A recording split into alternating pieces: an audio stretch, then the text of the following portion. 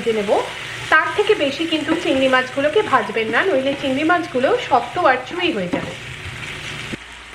চিংড়ি মাছগুলোকে ভালো করে ভেজে নিয়েছি। এবারে একটা পাত্রতে এই ভেজে নেওয়া চিংড়ি মাছগুলো আমরা তুলে রাখবো। দিয়ে দিচ্ছি আরও 2 টেবিল চামচ সাদা তেল।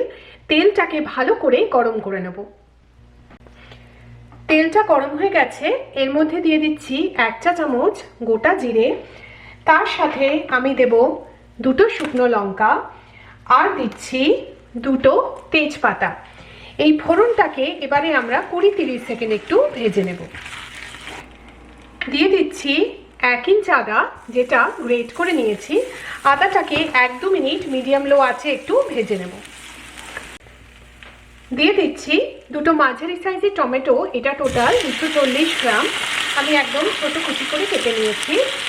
তার সাথে আমি দেব কিছু শুকনো মশলা, 1/2 চা চামচ হলুদ গুঁড়ো, 2 চা চামচ লঙ্কা গুঁড়ো।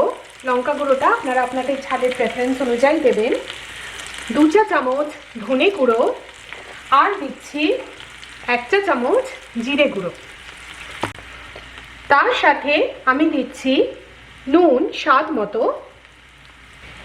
এবারে সব কিছু ভালো করে মিশিয়ে আমরা মশলাটাকে মিডিয়াম আঁচে কষিয়ে নেব প্রায় 6-7 মিনিট, যতক্ষণ না টমেটোগুলো সফট হয়ে যাচ্ছে আর মশলা থেকে তেল ছাড়ছে। টমেটোগুলো সফট হয়ে গেছে, দেখছেন মশলা থেকে এখন তেল ছাড়ছে। এর মধ্যে এবারে ভেজে নেওয়া ফুলকপিগুলোকে সব দিয়ে দেবো। ফুলকপিগুলোকে এবারে মশলার সাথে আমরা 2-3 মিনিট ভালো করে মিডিয়াম আঁচে কষিয়ে নেব। ফুলকপিগুলোকে মশলার সাথে ভালো করে কষিয়ে নিয়েছি। এর মধ্যে এবারে দিয়ে দিচ্ছি আমি 1 কাপ মতো জল। এবারে ঢাকা দিয়ে মিডিয়াম থেকে মিডিয়াম লো আঁচে আমরা ফুলকপিগুলোকে পুরোপুরি সেদ্ধ হতে দেব। ফুলকপিগুলো এখন পুরোপুরি সেদ্ধ হয়ে গেছে।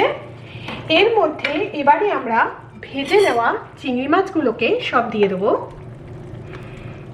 সব কিছু ভালো করে একটু মিশিয়ে নেব।